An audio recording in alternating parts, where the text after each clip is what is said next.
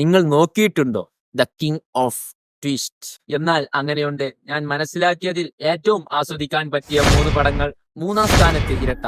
ഇതിൽ കാണിക്കുന്ന ഓരോ സീനുകളും നമ്മുടെ ഉള്ളിൽ ടെൻഷൻ തോന്നിപ്പിക്കുന്നതാണ്. മലയാള ഇൻഡസ്ട്രിയിൽ ഇങ്ങനൊരു പടം ആരും കുറിച്ചു വെച്ചിട്ടില്ല. ഇതിന്റെ റേറ്റിംഗ് എന്ന് വെച്ചാൽ 7.7 ആണ്. റേറ്റിംഗിലൊക്കെ എന്ത് കാര്യം, പടം അത് അഡാറാണ്.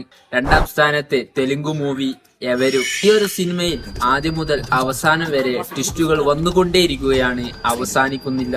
ഇതിൽ ബോറടിപ്പിക്കുന്നതെന്തെന്നാൽ റിപ്പീറ്റ് വാല്യൂ ആണ്.